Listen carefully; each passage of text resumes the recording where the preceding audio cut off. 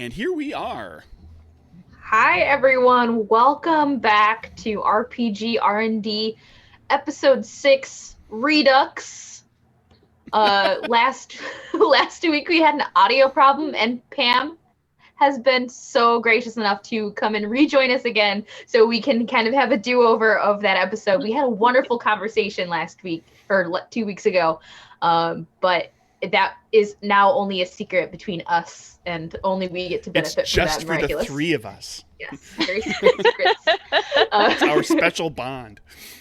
Yes. But I'm so happy to be here again. I'm Jess Geyer, and with me is my co-host, Craig Campbell, Hello. and our special guest co-host, Pam Punzalan. Hello. And Craig, do you want to talk a little bit about what RPG R&D is and what our approach is? Sure. What we're doing, we have a like every episode's kind of a three-prong thing. We're going to talk a little bit about GMing, some topic concerning GMing, and then a topic about concerning RPG design. And then another third topic that's kind of like whatever we decide we want to talk about that week. And the RPG design stuff, and well, both the GMing and the RPG design segments are kind of like in order. We're doing kind of like getting started as a GM, and then with the RPG design thing, we're kind of going in order of talking about different aspects of designing a game, kind of from initial concept down to like creating a product. And we're kind of partway through both of those processes. So before we dive into the GM segment, Pam, could you tell everybody a little bit about who you are? Oh, so I'm Pam Punzalan. I actually am known mostly as Pamu, so people kind of forget that I actually have a name. But that's my fault because of my branding, I guess. I'm the Dovetailer on Twitter. I've been doing design, I guess, professionally in our spaces for about 2 years now. So I do game design, some narrative work, sensitivity reading, and cultural consultancy, and I also do some editing. The first work that was not my own that I got included in was for Michael Addison, I think Nerdy Pup Games, for The Curse of the House of Rookwood. And I've been publishing a lot of my own stuff. I think people know me right now for Sundo, which is a PTBA game about being psychopomps who were once human but not realizing that they were human and now recovering their memories as they reap souls of the dead. The other game that people are waiting for is Navathem's End. It was part of the Our Shores Kickstarter. It was rather successful. We were alongside two other projects in a zine. Then on the commission's end, I was part of the consultancy team for the D&D Ancestry and Culture zine under Arcanist Press. I have a couple of other projects on my plate. Thirsty Sword Lesbians is up and coming, and a few other things that I sadly cannot talk about. Thankfully, I can talk about the fact, though, that I will be dipping my hands a bit into video game design, mostly for world building, lore, and not really mechanics, but I guess maybe consultancy. It really depends on what happens for Werewolf the Apocalypse under Paradox Interactive. Ooh. That's awesome. That is so cool. It was really funny because the lead director surprised me because, of course, you signed the NDA and you're like, okay, I'm not going to talk about it for the next, I don't know, few months to maybe 2 years, who knows, right? Then I just tweeted randomly that like, hey, I need patrons because I'm poor. Ha, love you. And then the lead director posted, he's like, yeah, Pam's doing amazing stuff for World of Darkness. I'm like, okay, I guess I can talk about it now, I guess. So that's the thing. The NDA goblins are not going to come and take away your paycheck. And I'm good. So Good. Yeah, that's so awesome. That's such a cool thing that you're doing. I'm excited to hear more about that. Yeah, it's been an interesting challenge, but we could talk about that if it comes up later. For sure. Yeah, our first topic of today is how to portray NPCs and getting your players to role play with you at the table. And I'm interested in hearing what the two of you have to say in terms of strategy for doing that, both as the GM and as someone who's facilitating for other players. Well, for me, I mean, it hasn't really happened lately because pandemic means that I don't really get to reach out to new players anymore outside of online conventions. And even online conventions in my spaces right now, people more or less know everybody who comes in, or at least they can kind of trace, like, yeah, that person was invited by me. So you have a good idea. I don't get complete strangers anymore, nor do I get people who are completely new to role playing, as in they've never touched dice, or they only have like Critical Role in their brain, or like the Dungeons and Dragons game. Like, I don't really have that situation. But before that, I used to run for a whole bunch of kids at the university that I used to teach at. So the biggest size of my table was about 21 people. So there were regular 18 people. So it was basically like handling a classroom of overeager young Filipino men and women who were very much in the mindset of, this is a game. We get to do whatever the fuck we want, basically. And that's a lot. I mean, it's already enough wrangling like 5 people. What more 18 who, some of them are friends, but other people are like, hey, I've seen you in the smoking area, because that's the funny story about how the group formed. Uh, in my university, they had very specific smoking areas that were far flung from the rest of the campus. So the people who went there would tend to camp there the whole day unless they had classes. And eventually, my brother, who happened to be studying while I was teaching there, was telling his smoking buddies, hey, my sister's a great GM, let's play. And that's how I got them into it.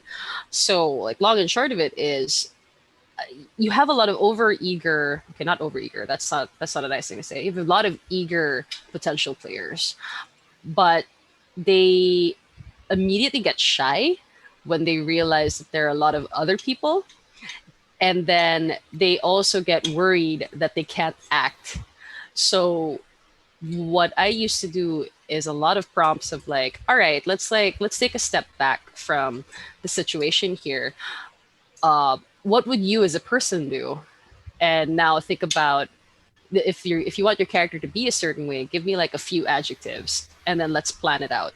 So it's like a gentle process of kind of leading somebody to the dance floor and going like, okay, let's take this step and then that step, and then if you're good, let's get that rhythm down. And then I learned a really good technique from another teacher friend of mine that I've carried until now, even with veteran players, where every time we start a session, everybody kind of reintroduces themselves, and they go like, hey, my name is so and so, I'm blah blah. So if it's Blades, I'm like, I'm the spider of the gang. Or if it's Dungeons and Dragons, I'm a cleric that worships so and so god.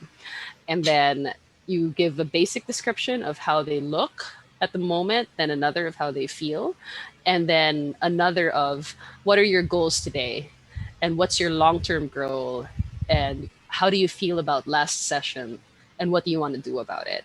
So that really gets people into the mindset of what they want as a person and what they want as a player.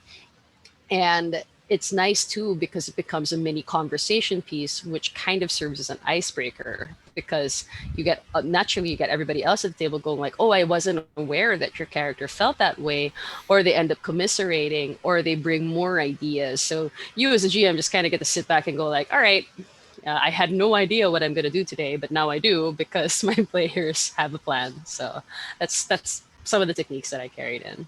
Yeah, I was thinking about that when you mentioned that a couple weeks ago too. I was like, that is such a good idea to have the players kind of reintroduce their characters, and not only does that prime themselves for remembering what their character is all about, but it also primes the other players to, like, it's activating that knowledge for them to get into their own roles and figure out how they are interacting. Because I think that's at the heart of a role-playing game, is how your NPCs and how your PCs are interacting with each other and with the world.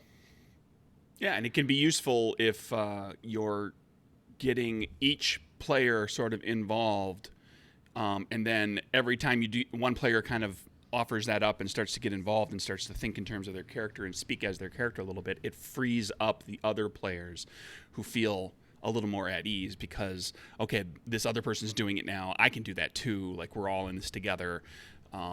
If a player sees other players doing the role play thing, kind of getting into character, speaking as their character, and nobody's laughing at them unless it's a joke that they made. Like everybody is engaged by it and interested in it. It's less daunting, I think, to newer players, or to people who haven't role played a lot. Yeah, speaking of the joking around, that's another thing that I used to get a lot from certain crowds of players where there was a lot of snickering and etc. But I think a lot of people forget, even especially people who role play a lot, that many people bring a lot of nerves into the table. Like we're all just bundles of feelings and nerves when we come in. That's why we like role playing, because it's a way to immerse, right? So um, I got a bit of a bad reputation, I guess, among some people here because of the Filipino culture of tabletop is very, let's put your fun first, but like the majority gets to decide the fun. So if you're the kind of outlier, you should just shut up in a corner, smile, and bear it, right? But I have never been like that in my life. So I am one girl in a family of 5 very opinionated boys with 2 very opinionated parents. So the only way to get heard is to be like bitch, what up, right? So when I used to get that, I'd have like again, very teacherly, a 3-strike warning.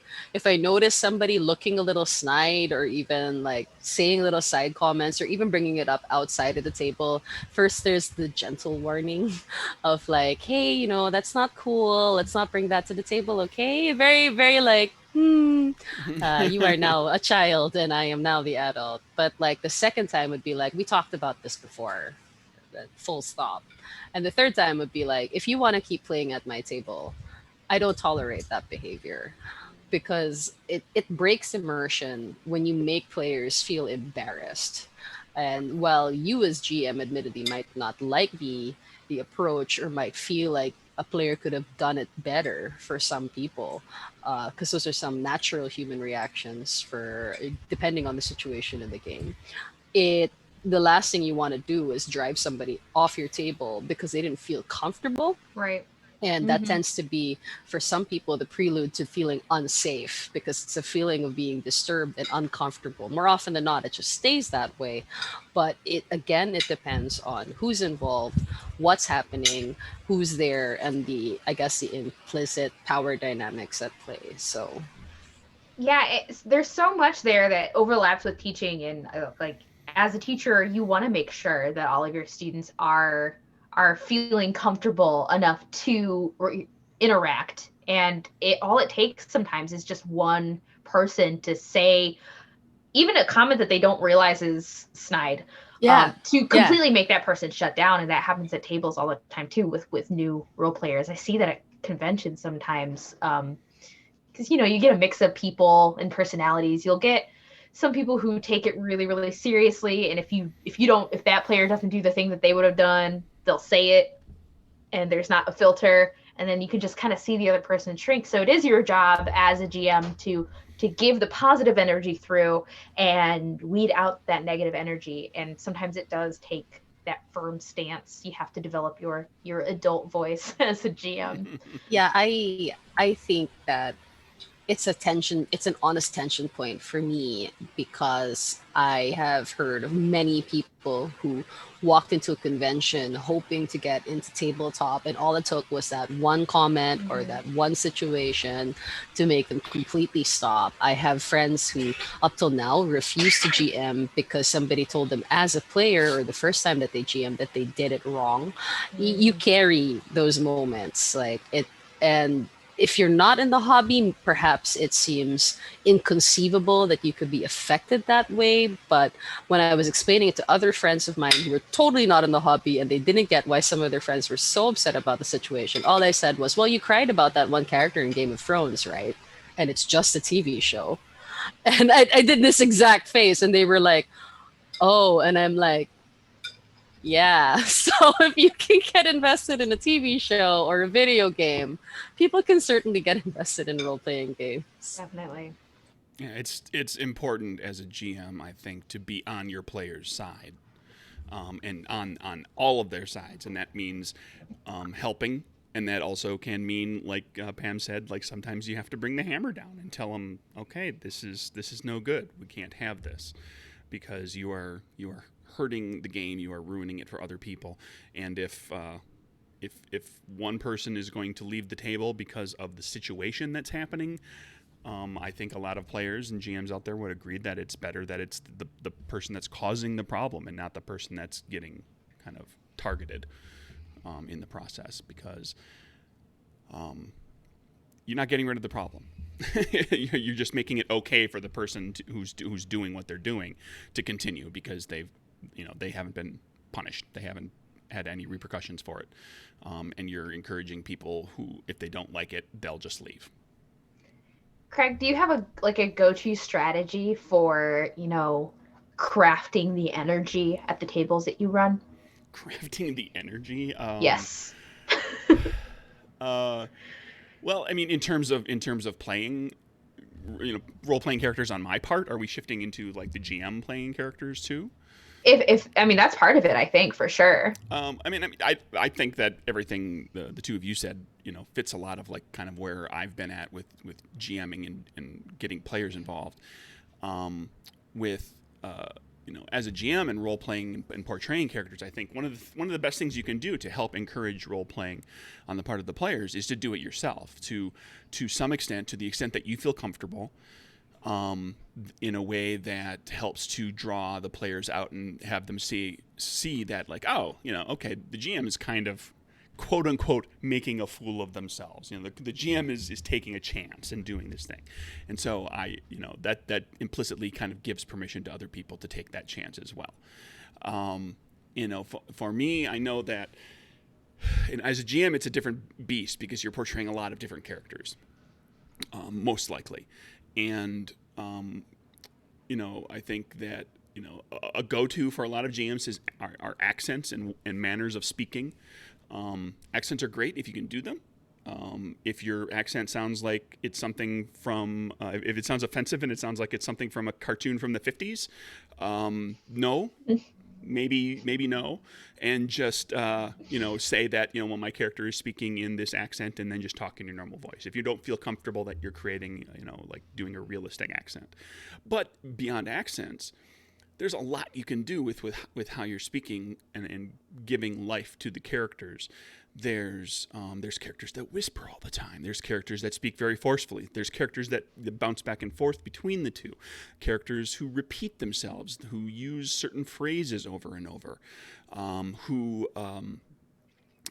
One of my favorite characters in it, a great method just to portray a character who the players are going to immediately dislike. If it's because you've got an NPC, a villain, or like some sort of adversarial person, is to play the character who makes statements by asking rhetorical questions and then answering them themselves. And I know that sounds weird, but here you've all heard. No, I get it. You've all met this person. It's the person who says, "Am I impressed with your skill? Yes, I am. Am I going to hire you for this job? No, I'm not." And so that character has a very distinct, clear voice, and everybody hates them immediately. So you can use those affectations in voice to put the players in a position to like a character immediately. If the NPC asks about their well-being all the time, asks about the character's family members, well, you're going to immediately like that person a little more, or maybe suspect them if it's the right type of game. They might have an ulterior motive. But like what you do with the character, and it can literally be just one thing. Just like one thing that gets repeated, and it sticks with the players, and it helps to color the character. And makes that NPC memorable and helps you to distinguish between different voices. Yeah, there's so much to be said about those social skills and those antisocial skills that you have as a person that you can bring to the table. Like, how, like, if you, all the tips that you get for doing well in an interview, mirror the person's posture, like look engaged at the PCs. If you want to be a positive NPC, be completely disengaged. Talk over people if that is something that would be considered rude, and and or like even sometimes you could turn away from your players while they're talking if you are trying to portray a bad person. Like there are all sorts of things you can do that would work in real life that work at the table too. And do it in an exaggerated sense so nobody misses it, and it's clear that you're doing that on purpose. You're not looking away from the player that's talking because you are disinterested. You're looking away because the character that you're portraying is disinterested. So just to be careful to to not let the real life perception of you as a person bleed in. It's funny too because I think that some of the GMs that got into GMing because they were playing under me, they didn't realize that you as GM might not know your own body language if you're really really immersed in your character at the moment. They called me out a couple of times where they'd know immediately which NPC was coming in because of the way that my posture would change.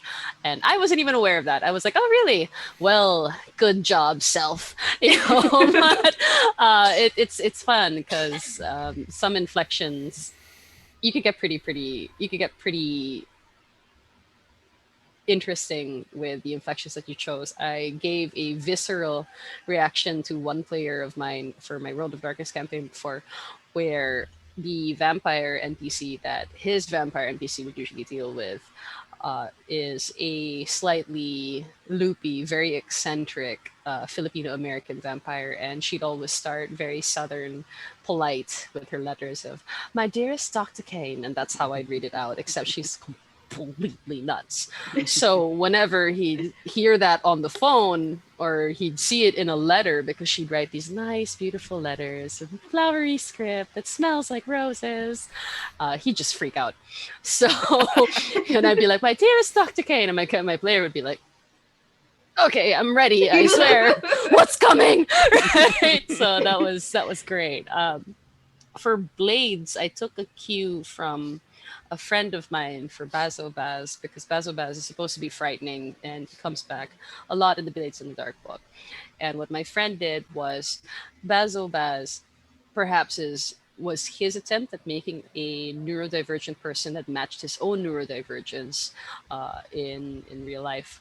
So what that GM did was Basil would simply emulate emotions because he felt nothing. He was basically a human robot. So his mannerism was when a player would speak, the GM would deliberately just stare for like a good few seconds, and then the facial expression would come up and it'd be completely exaggerated, and then he'd speak in a voice that basically went up and down.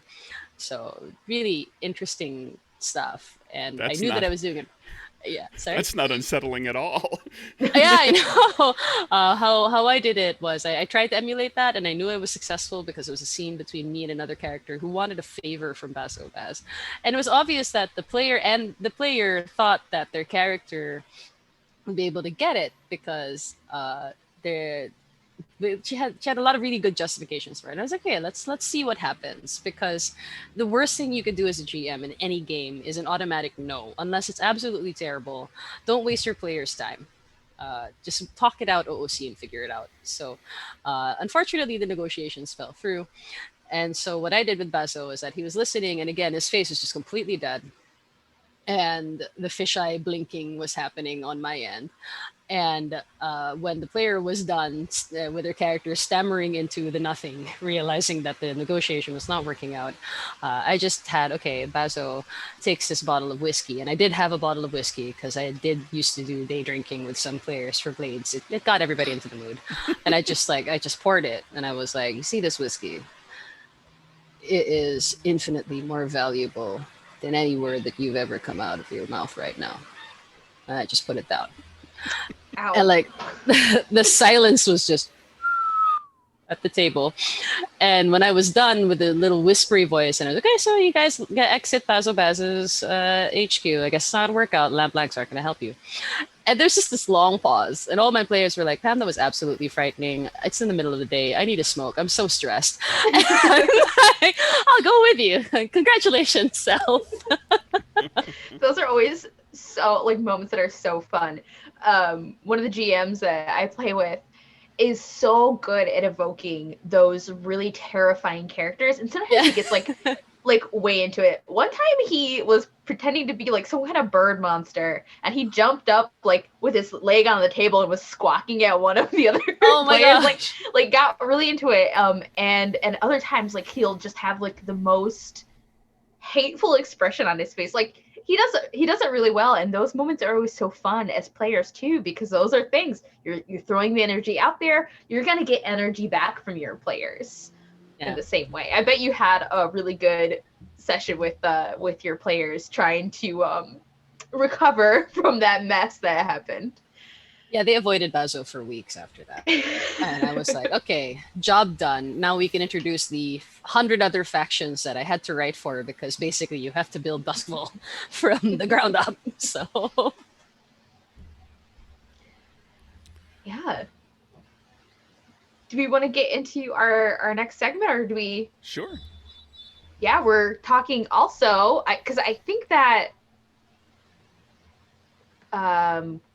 like everything that we've talked about here with portraying NPCs and getting your players to to role play too, we're gonna end up repeating some of that stuff, because really it is just about like, what are you doing as a GM too to have fun. Yep. And our game design topic is about text clarity and presentation and representation. So what your text is telling the readers and the players. So it's kind of a complicated topic, because it's one of the most meta parts of writing anything is what happens when you're done and it goes off to people. Now it's no longer in your hands. So how do you like kiss your babies goodbye and send them off in the world? And are they the babies that you want to send off into the world? Are they presenting things the way that they want to? Art is a reflection of the artist, and there's the comment that some people make that all art is political, and the term political is can be interpreted a lot of different ways. But what that really comes down to is it means that like what the thing you create is a product of you, of your background, of your of who you are, of the trouble that you've dealt with, the problems you've dealt with, the privilege that you've experienced, and how you've handled all of that, and then like the intention of what you're putting into the game itself, and what you think it's about, what you're trying to make it about. But some things bleed through, and so some things kind of become like if you put out a game that is filled with male, white, straight characters, even if you weren't trying to make a game that is about male, white, straight characters, you have done that, and so people are going to look at that and perceive you as having done that on purpose. I think that's like where most of the controversy just like in the scene comes out. It's not necessarily like your intention can be one thing, but how readers receive things can be completely other. I don't want to call out any specific projects, but recently there had been a pretty big controversy over a certain book. I know I'm being really vague, and I hate being vague like this, but I don't want to call a project out. Well, and you don't have to worry about it, because it happens every 5 months. It's true, it does. And the intention is one thing, and they put themselves. It was very clear that they were putting themselves into this work, and when people read it, they felt like they were being represented as the readers in a completely different way, in a bad way, in a negative way, and it made people really mad. So really, you have to have a critical lens and not just read your text for editing purposes, but read it for your audience purposes. I think that in general, tabletop spaces might benefit from always keeping at the top of mind that a review is different from feedback, which is different from critique. We tend to blend the three into this weird monster of negativity according to our own tension points. But the thing is, when somebody reacts to your intent, in when it comes to representation. That's coming from a very real space of lived experience, and that's where it gets, I think, very touchy. So, and unfortunately, I think it happens a lot because most people, when they put out their art, I think everybody, I can kind of speak for more or less everybody, we always start the same way. You put out art and you expect everyone to just understand it, but that's not gonna happen. Tabletop is, for better or for worse, the medium of tabletop is the written word. And the written word is nowhere near as certain as people like to think. One word can mean very different things according to cultural context. One random trivia just to illustrate that, the word salvage in the American context is could be to salvage something important, or to salvage something from a ruin, right? For the Filipino, salvage actually, and this is trigger warning for state violence and also for dictatorial governments. When you say salvage and you hear that on the street, that means that they found a body of somebody that was likely executed by the government. So that's two wildly different meanings, grossed in context, or rather they're coached in context. So, and if those things can vary so wildly, I think keeping that also at the top of mind is important when you write. And the personally, I prefer as a designer to be very, very explicit about the themes. The Don't do the perhaps it's like this, or the maybe, or it appears to be. Like, if you're certain that the thing is a thing, then write it down, because when you put your brain on paper, you're the only one who will 100% understand it most of the time. The other person with another set of eyes who's coming from another perspective won't. So the most clear that you could be, right down to sidebars, the better. You could always just edit to remove what you feel might be bloat, or you could put comments if you have an editor. Like, please hire editors. By the way, editors are great. I think that tabletop in general does not have enough editors going around for their text. And this is not to say, for me, that you're a bad designer if you can't hire one, because I do understand that all of us have our own constraints. But if you have somebody who's willing to volunteer or do, I think, was it Craig who mentioned it? It might have been Labor trade. labor trade. There you go, where you could trade it, you could share each other's skills around. Or if you have a very supportive Discord community or even a Facebook group, whichever works for you, and you can post your text, at least getting another set of eyes would be great. And get another set of eyes that, for the lack of a better term, is not like you. So if you're a dude, get a woman to read it as much as possible. If you're straight and you have some queer people in it, get somebody queer. And I honestly think, and maybe people will shoot me for this, but like, we all need to grow up also when it comes to feedback and critique. If somebody points something out in your text, and it's not in an assholey fashion, if it's in an upset fashion, deal with it. Those are their feelings. But overall, we need to grow up and take feedback better when it comes to reading, or rather reactions to how we've written a thing.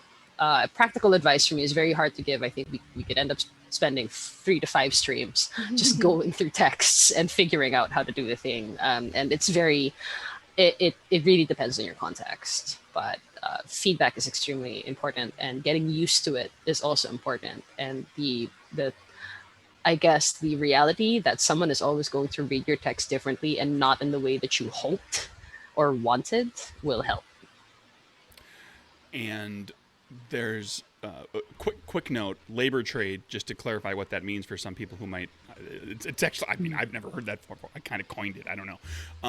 But the idea, there's plenty of people that do it. Like, for example, Jess has a manuscript that she's written. I have a manuscript that I've written. Neither one of us can afford an editor. So we both look at each other's manuscripts and mark it up and provide feedback. That's, just trading your skill set with another person who has a skill set that can help you.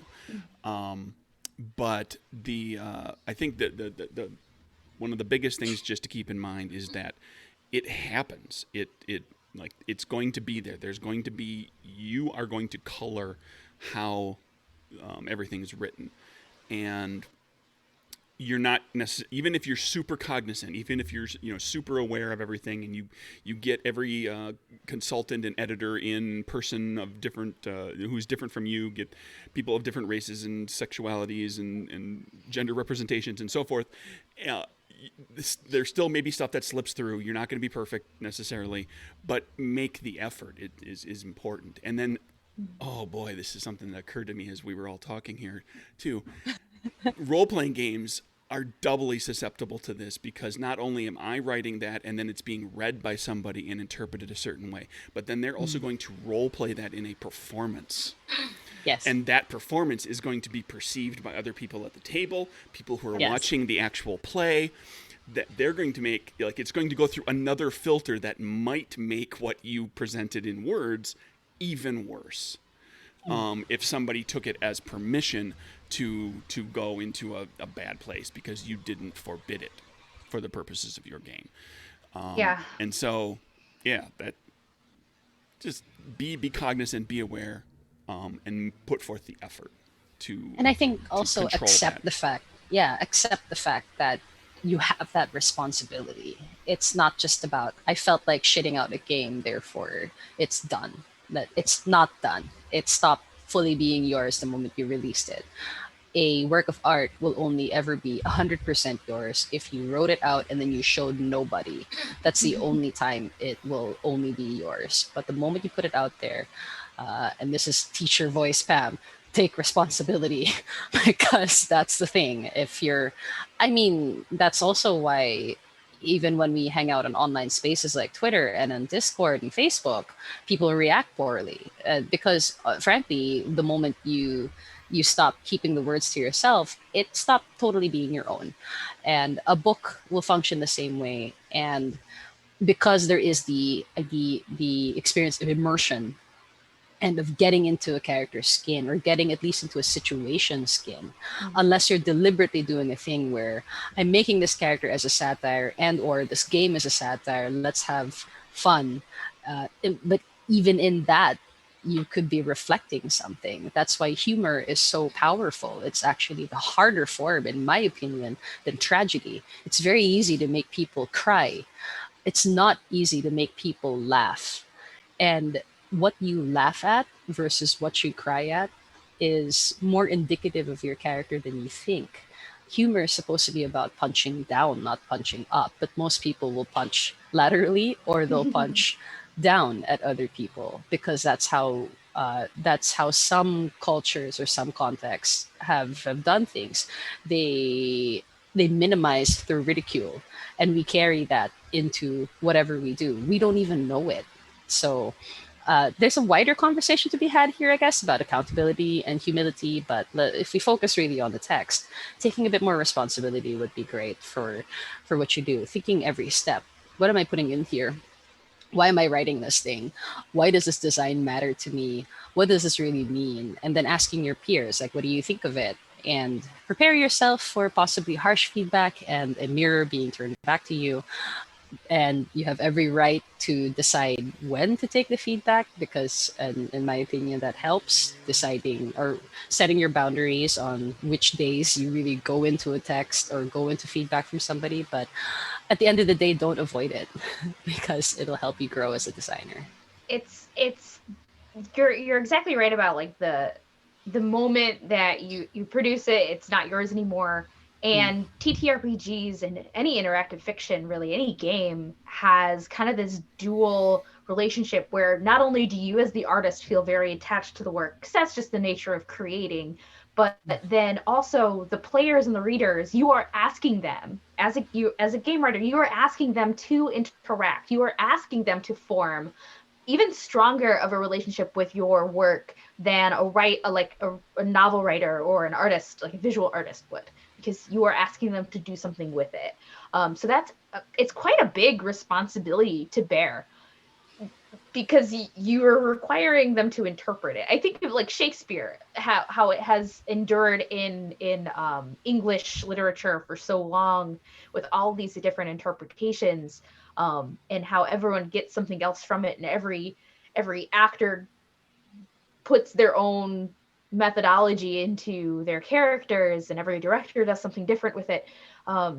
It's going to be the same thing with your work, and you have to understand that is going to happen because that's what you want out of it. So when you do get feedback, like Pam said, take it like an adult. Yeah. You can be hurt. It can sting. Yes. You can let it hurt. Yes. But that doesn't Absolutely. mean it's not valid. Yeah, like it just the wound will happen. Nurse it as you will, but unless okay, this is completely blunt. If you can't take feedback, you have no business staying in the space. That's it for me. Like if you cannot grow from your experiences, perhaps consider another thing to do because any kind of art will have critique. And I'd say, as somebody who has done the critique gauntlet from writers' workshops to teaching to consultancy, 9 times out of 10, it is valid. It's not just somebody yucking your yum, I guess. It's real. And it is, and putting on the sensitivity reader hat also, we are basically your therapists when it comes to cultural and sensitivity reading. When you hire us, we are psychoanalyzing the text and the situation. And it is also reflecting your implicit biases, experiences, and lived experiences as well. So that is a great amount of emotional labor for both you and for me. And it'd be much, much easier if we all kept in mind that we are both human. We are both trying very hard to make a good thing. That's why you came to me. A sensitivity read is not a rubber stamp of approval. It is this text is definitely problematic. Every text is problematic somehow. Can you please help me make it less problematic? That's as far as we can go. You can practice. There are spaces where you can practice taking critique too. If it is a skill that you need to build up, just like any Yes. other skill in writing. If you find that you have a lot of, you can't control your emotions, I should say, when you get feedback, because I see that as a writing teacher. Sometimes I have to train my students to take their feedback without crying about it, because that has happened before, and it's an understandable emotion sometimes. I get it. But you can find safer spaces where you can get critique from people that you trust and that you know that aren't just trying to hurt your feelings. Writers groups in, online or in person, when you can do things in person again at your local library. These are places where you can go where everyone is kind of joining and getting feedback and critique. The practice that you received in school is valuable for that. Talking to just one person that you trust a lot about it, even if they don't know the TTRPG space or whatever medium that you're working with at that moment. Building up that muscle, you should do it if you If you need intend to that. stay. Yeah. Yeah. If you intend to stay, this is not me saying get out if you can't handle it. It's more of it's just the reality of it. Really, when you're producing anything, trust is very very important. And I'm not. I have spoken to some designers who felt like the best way of getting critique is to just throw it at everybody. But for me, that is both a waste of time because you really won't get a lot of productive feedback. You'll get a lot of people going like, hey, what a cool thing. And then that's it, right? Or you'll get the worst part, which is like, this is shit. And they're never going to explain to you why it was a problem. Build up the trust. And I seem to be speaking in a very authoritative fashion about this, but like I used to be absolutely terrible at taking feedback. I'd either fling into crying fits or I'd get mad I'd get mad or defensive, right? It is a skill. And even giving feedback in a productive fashion is also a skill. If you're going to tell somebody, like if somebody approached you with their game and your first reaction was, this is bad, before you tell them it's bad, maybe think about why. Because if you can't explain it, then is it their fault for making the bad game, or is it on you for not being able to explain what's wrong with it? Because that's also a skill. Separating your personal preferences, especially when it comes to systems. I mean, that's why people get into system wars even in the year of our Lord 2021, right? Like ridiculous, but it happens. And there's also people who, or rather, there's also the okay, this could work better, or this approach is harmful to other people. Those are two different things. Yeah. And I think it's worth mentioning too that what goes for the words goes for the pictures Yeah. as well, and that Yeah. from the cover down to just like little bits of spot art that are in the book. If you were involved in the art direction in deciding what the what the look of the product is going to be, and describing what the art should be, and how you want that to represent what the game world is and what the game is about and what the game represents and who it's intended for and who's welcome to the game. Mm-hmm. And as a quick aside, like if you don't do this stuff, you're gonna have a harder time finding people to play your game, because there's gonna be a lot of people that are just gonna be like, no, that person does some stuff that. So, like, if your goal for this, and I know it is for a lot of people, I know it is for me, is for more people to play the game, then keep that in mind. But like, speaking to the illustration thing, I've talked about this before, where I create literally a matrix of illustrations when I know I'm going to be doing a piece, and it's like, how many illustrations are in each chapter? What are they going to be? And I start giving a great deal of thought to what sorts of characters are being portrayed in those illustrations. Is there a wide variety? Am I hitting on all different types of people? And more importantly, not just having them there, but having everybody, the different types of characters that are being presented, as being treated equitably, in that there's just as many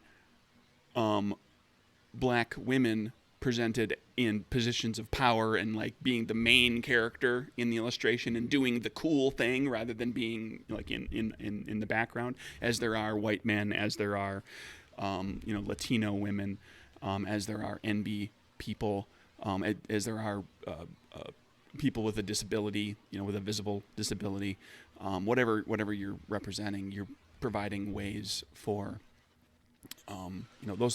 those illustrations are going to invite people into the game, even before they read the back cover that tells you what the game is about. Sometimes some players literally the first thing they do is flip through, they look at the cover, and then they flip through the book and look at the illustrations.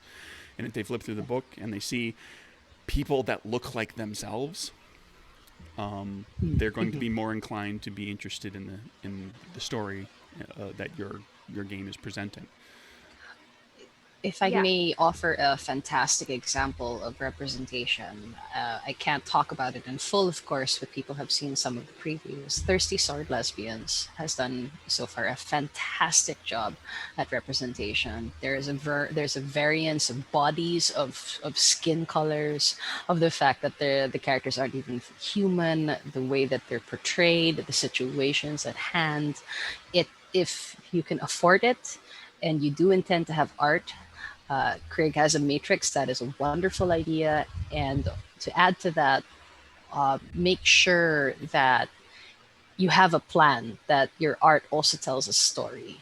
My partner is currently doing Navathem's End art direction, and they have a spreadsheet with all of their little plans and what they want to get done. And another thing that Sin has decided to do is they are deliberately hiring only artists from the Philippines and or Southeast Asia, or basically not America.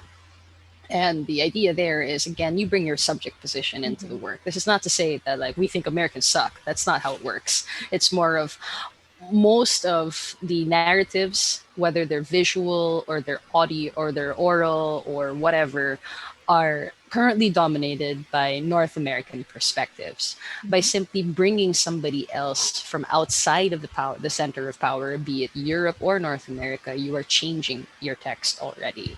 So that might also be a little tip hire outside of yourself, not just get a reader outside of yourself. It really helps. That's so important too, because if you do hire writers or artists that aren't like you, they are going to add those things to the images that they provide you without. Well, I mean, you should always ask if you are asking for art, or if you have an art director on your project, you should make it clear, like, here is my vision for this. I want to have, I value this diversity, I value this, and they will do that for you. But also with the hiring practices, that will get more people to see themselves in your work. And that's not only good, it's not only a good thing to do, but it's also the monetary value for you, because more people, if you're selling your book, more people will come and play your game because they will see themselves in it. I know I appreciate things when I see bisexual characters or queer characters in anything. I want to, like, I will watch anything with Kristen Stewart, for example, because I know that she is a bisexual person and I like that. I appreciate that. So I want to see that. And I like flipping through and seeing people that look like me or have the same orientation and gender as I do. And I know a lot of people like to see that in themselves too. You'll get more people in. It will make people feel good. You're doing yourself good and you're doing them good. There's no downside. Just make sure not to make it like, of course, this is just speaking audience directed. Just make sure that you don't relegate those who are not like you to diversity hires, because that is also the pitfall of a lot of people give advice that way, and yes, it's true. We need more color, literally. We need more color, whether it's a rainbow or whether it's not white. But if your only goal in hiring somebody that is not like you is to look progressive, maybe step out of the space, because that is not the right intent. The intent was to uplift, and the intent was to learn from your experience, and the intent was to create something that speaks to as many people as possible. Not everybody, because that's impossible, but as many people as possible. So if that's the top of mind, that I want to do this cool thing and make it look liberal, just no. We have enough of that here. Please don't add that. It's kind of that weird balance too. Like, you don't want people to think that you're doing that either, and you don't want to be that person. You don't want to be the white liberal. Let's include some. If it helps, as the brown girl on the stream, we can tell is the thing. If your intent is pure, it'll shine through no matter what. That's tried and tested from a consultant. So it's, as long as your intent is pure. It sounds very, very Lord of the Rings or anime, but yes, it always shines through. We can tell. We talk about it. We don't have secret cabals of colored people. That's not how it works. Oh, man. We have our own spaces, though, and right. I can at least speak for RPGC. That we do have some spaces in RPGC where we are watchful. That, again, this is a separate stream, I suppose, entirely, but it's you learn to read the wind, I guess, and study behavior and observe. So when you know that you're doing it right as a creator, whether you're also a person of color or you're white or you're also straight or you're queer, if more people feel comfortable around you enough to just talk about their day or blab about your game, you know you're doing it right if they come around. So yeah, don't worry too much about intent. If your intent is pure, it'll happen. Yeah, I agree. Well, we are nearing the end of our hour mark, and I think we should dive into some potpourri. How about that? Sure. Yeah, sounds good. I don't actually have my potpourri topic written down. I think we talked about putting. One of you remind me what our transposing one media into another. That's right. Whether that be like drawing inspiration from a movie or a TV show or a comic book or a manga or something into an RPG, or whether it just be like, it can be as broad as like thinking about like television adaptations of books, or like when a movie gets made into a TV series, or a TV series gets made into a movie.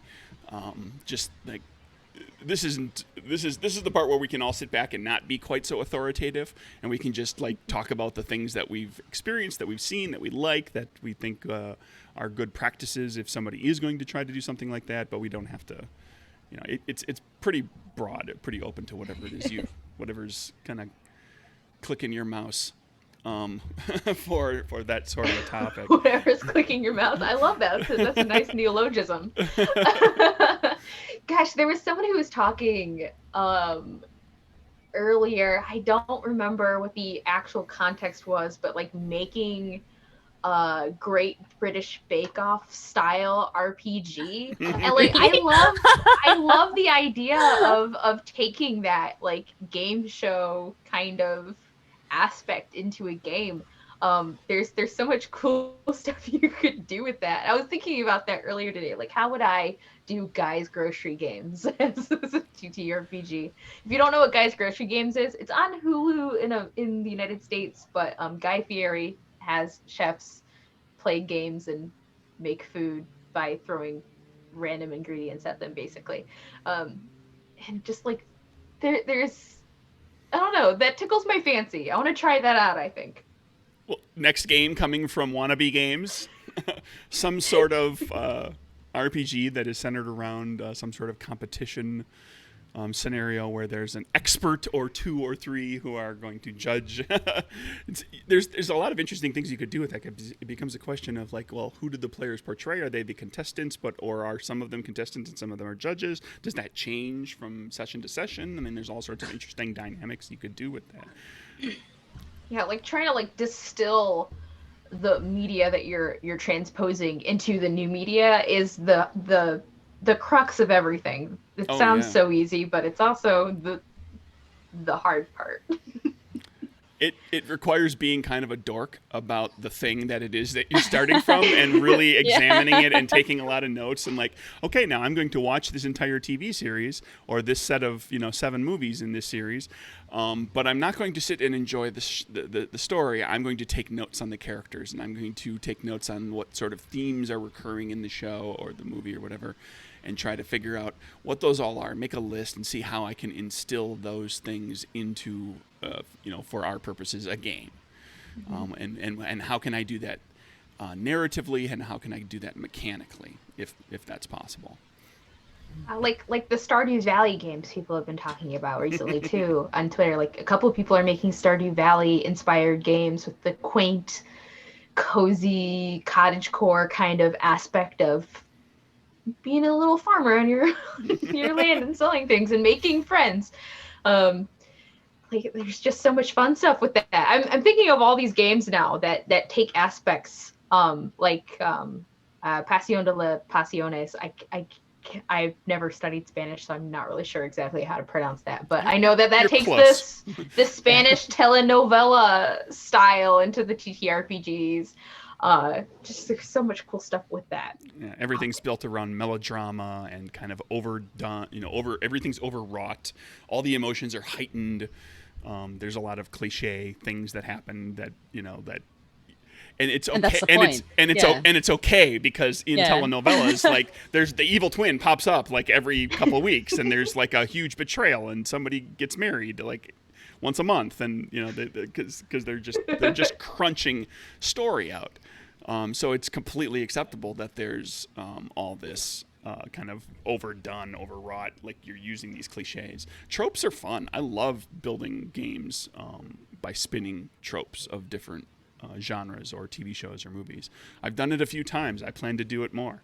Pam, what is there anything you've delved into on this, or anything in particular that has kind of struck your fancy as an interesting transposition between media? Well, right now I am. My entire social media feed knows that I've disappeared into like Eorzea FF14 world. I'm just like always there. You can find me at the server 24/7. But when it comes to transposing, one of the things that I am still figuring out how to do in full is the Devil May Cry game. that I wanted to do, because I love Devil May Cry, and it's stylish, it's over the top, it informed my sexuality in ways that I am not shameful about telling, because you have two white-haired demon boys who are brothers. That's just great shit for a girl like me at 14. So, but the thing with Devil May Cry was it's supposed to be that way. It's supposed to be over the top. You're supposed to realize that these are terrible body horror villains in a very blasted world that gives you no answers. Like, you don't even know why it's like that. No matter how hard you try, nobody's going to explain it to you. It's very. There are other games that have done the same kind of storytelling, like Dark Souls has done the same thing. There are funny reasons on why, but we don't need to go into that. Then Bloodborne also does that. Even Supergiant Games have done that with Bastion, Transistor, and even Hades, if I remember correctly. But how emulating that has been fun, because what I have right now, since Devil May Cry had the whole idea of humanity versus being a demon, I made a bar, or I will be making a bar, because the characters in my Iscariots game basically eat the body of Christ and become angelic. But the thing with the angelic perceptions is that it's not the cute Renaissance cherubs. We're talking the fear not biblical angel level scary. So you have the bar of your humanity, and also your how far you're becoming into your angelic self, and also how the level of, I guess, how damned you are, given that you are still doing terrible things in order to survive and in order to help a community.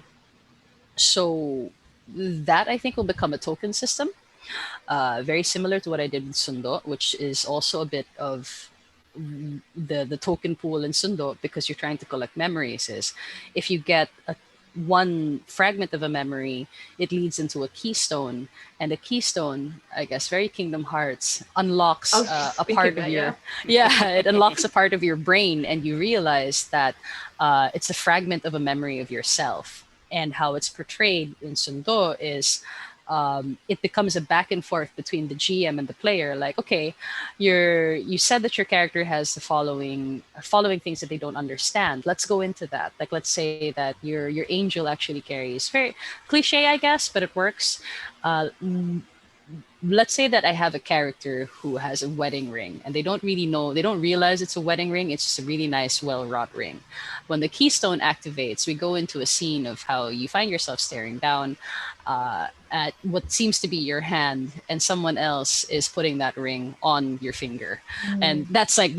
That's the only thing you'll get. So of course your character is like freaking out, going like, what was that? But the player understands what happened, and that leads into more questions, which gives the whole effect that Sundo wanted, at least, of confusion, of picking up pieces of yourself but not quite understanding how they fit, and when they fit, the emotional resonance of how and why. But going back to the Devil May Cry game, at least, if it's a bar, um, the farther down along you are, the more your appearance will change, because that's also kind of how it works with a lot of demon games, or a lot of games where the darkness or the evil of your act or the goodness of your act is reflected in a physical nature. So in a tabletop, how would you do that? I guess maybe you'd write lists like, do you grow horns? Did the color of your skin change? Does your voice change? Does it sound like embers now? Or do you have multiple eyes? So those are some ways that I've been delving into transposing. It's less about practical details, I feel, and more about feeling, evoking the kind of feeling that the text or the story on hand wanted to give you. So if you focus on that, most of the pieces will fall into place. Yeah, it really it is about the feelings too, and sometimes the feelings that you get from like the different media too. Like you could even see that in like really big franchises like Star Wars. Yeah. There are so many different books that have different tones and completely different, like almost completely different genres at times, even though they're all under the Star Wars banner. Even the movies that they've come out with have had these completely different interpretations of what Star Wars is, or the games have had completely different Yeah. interpretations. And uh, that's one of the fun things about putting your own self into games too. Yeah. What did this mean to you, and how do you want to show it to the world? You take the background that the IP has, and you can spin it into, like you said with Star Wars. Like if these movies didn't exist, you could make a game where it's set in the Star Wars world, in the Star Wars universe, but it's Rogue One, so it's a war movie, and it's all about probably characters are going to die. There's going to be really huge stakes. Yeah. Or you can have it be solo, and it's a pirate flick where it's just like fun, raucous, spacefaring pirate adventure, with interesting characters. There's a lot of different directions you can take things. I've found myself digging into TV shows for inspiration a lot lately, and I did a Kickstarter, actually fulfilled it because I had it all finished up, because I was a sucker and got it all done before. For Low Stakes, which was inspired by What We Do in the Shadows, which is all about vampires living in the modern day, and they're really terrible at it. They have all their hang-ups. They have things that they're really terrible at doing. They don't fit into the modern life. They've clung to their old ways and all that sorts of stuff. And I just tried to break down, like, what are some of the thematic elements of the show that I can make into a mechanic, and then let everybody just fill in the humor and the silliness that comes out of all of that, but have the things that happen in the show that repeatedly happen represented somehow mechanically, where every character playbook has some things that they're really terrible at. The Anachronism character playbook they're bad with anything modern day. Like, this is a vampire or a werewolf or a wizard or whatever that's like really old, and they don't know how to use a computer. They can't drive a car. They can't pay rent on time. Like, they're just terrible at all those sorts of things.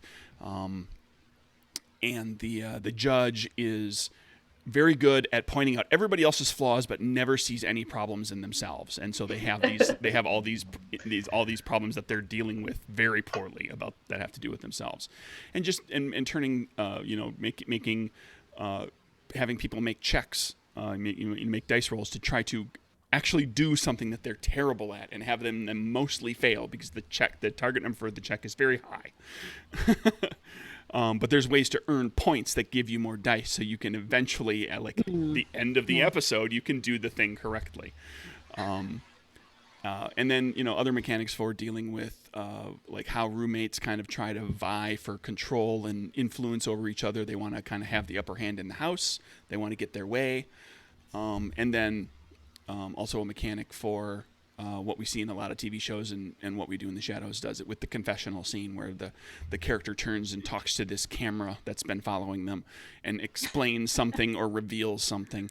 And I incentivized doing those scenes by allowing you to gain bonuses or mess with other characters. You gain bonuses for yourself to use later, or you could mess with another character right now in the moment. By cutting to the confessional scene where you reveal something that is like, I'm going to insert this narrative element into the story. Now everybody has to go along with it, because my character has revealed the truth about something. So I love that, and I am going to steal it for when I do my reality TV game show thing, because the confessional is such an important part of that kind of TV show. It's not so much for Great British Bake Off, because Great British Bake Off is so cozy and so friendly. But if I was doing something like America's Next Top Model, those confessionals, or The Bachelor, which is one of my guilty pleasures. Used to be, not anymore. I don't watch it anymore. Yeah, incentivize it. That's definitely the way. That's what I found used was like give players a reason that they can gain something helpful or mitigate something difficult. Yeah. By going into those, but that they also can't just constantly do that over and over, because otherwise they'll just they'll sidetrack everything. So I limited the number of times you could do it, but Yeah, it's a fun experiment, and for designers out there, like taking these little elements of TV shows or movies or video games or whatever, and finding an interesting way to kind of present them in a mechanical sense, in a game, even if it's just a thought experiment, if it's just toying with the idea and putting it, writing a paragraph or two down on paper and saying, well, this is how you could emulate this in a game. It becomes good practice, even if you don't make that game or complete that game.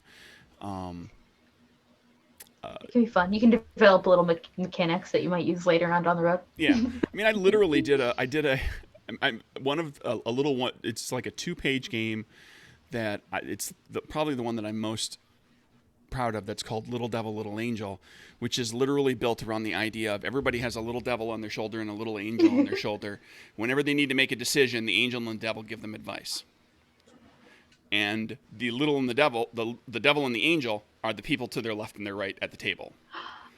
So cute. There's no dice for deciding whether you succeed or fail at something. It's all just you're telling the story, you're improvising, you're telling. But every time there's a major decision for your character to make, you have to have a cutscene and have a discussion with the angel and the devil.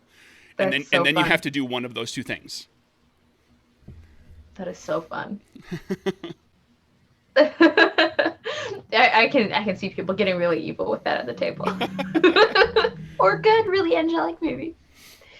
Yeah, now it's like right now almost all the media I'm consuming is anime, and I don't want to make another anime.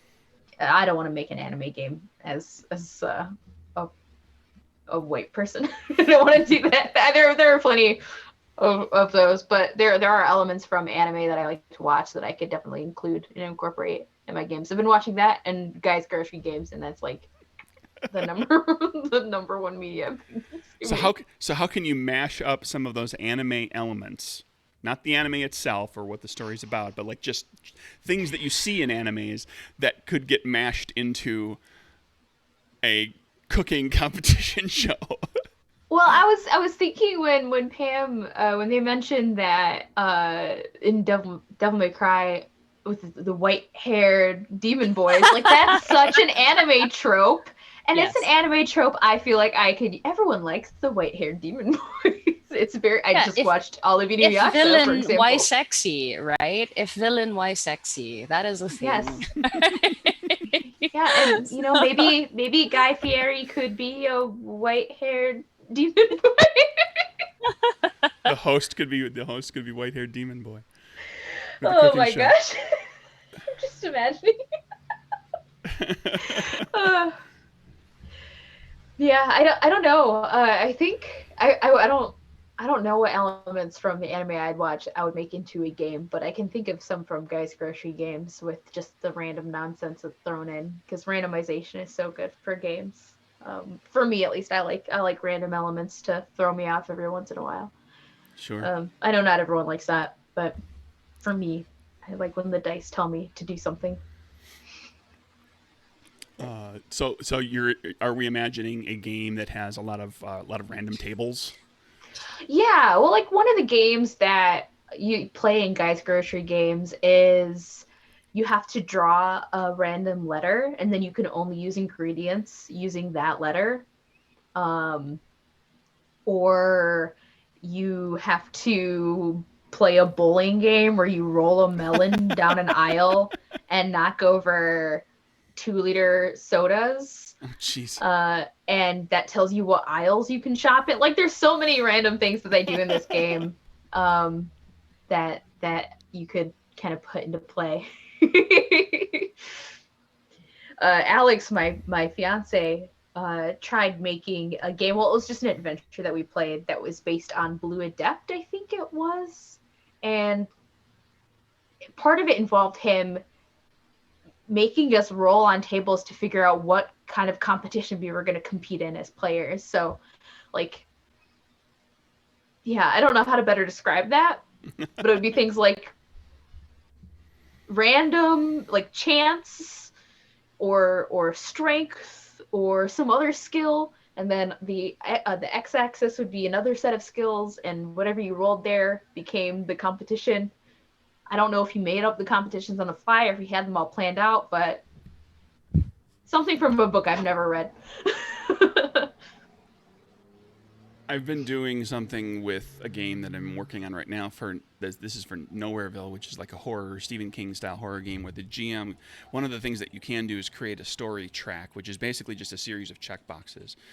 And each checkbox represents a significant scene in the story, but you don't assign what those scenes are. It's just you're going to have a bunch of scenes, and every time you begin a new scene, every time you end an important scene, you check a box, and before the game, you assign some of those check boxes as having events, and you know what those events might be, and they might be just a list of things that you can choose from. They might be like a list of 1, 2, 3, 4, 5, 6. Roll a die to determine what the event is. And so then as the characters are going through, you know that inevitably they're going to get to some sort of weird thing that's going to happen, that's going to interrupt the middle of what they're doing. It might fall at an opportune time to deal with it. It might fall at the absolute worst time to deal with it, but it's entirely random because it's a question. You don't have any idea how many, like where they're going to go with the story, so you don't know how many scenes they're going to go through before they get to the event milestone. But you know that it's coming. So it builds a little bit of attention for you, and then then you can introduce it when it happens. Like an NPC gets abducted, or somebody turns up dead or injured, or like a strange phenomena, like a strange meteorological event takes place that's part of the story. Or NPCs show up and they're going to take business into their own hands and put themselves in danger. So now you've not only got to deal with the monster or whatever it is you're trying to deal with, now you've got some idiot NPCs that are going to go out and get themselves killed if you don't find a way to help them. And it's like a random way to do it, but it's not strictly rolling a table. Well, we have gone 17 past the hour, so I think it's probably about time to start wrapping up before we continue talking about all of our fave media. But this has been a lot of fun. Thank you again, Pam, for rejoining us. No problem. Pam, thank you. Pam, plug your pluggables for us. So I am the Dovetailer everywhere. So that's on Twitter, also even on Discord, if I remember correctly. Then I have an itch account. I also have a card that's a CARRD.co. So the dovetailer.card.com, .co rather. You can find all of my games there, and I am trying very hard to crawl back to create some kind of social media presence again. But if you really need me, reach out and DM me, and all my details are also on my websites. Yes. You can find me on Twitter at Joska. I tweet about different things. Or you can go to wannabegames.com. You can find me at NerdburgerCraig on Twitter, and you can go to nerdburgergames.com. I think that's about it. Supersized episode, everybody. Yeah. And thank you again, Pam, for the record. I saved this for the end, so maybe people won't listen to it. It was my fault. That we didn't have the recording properly for last time around. I have fixed it this time. Everything's good. I see little bars going up and down. Everybody's talking and the voices are being recorded. So I figured out how to use computer recording equipment in 2021. Yay me. So thank you, everybody. Yeah. And thank you for listening. We'll see you again in 2 weeks. Woo-hoo.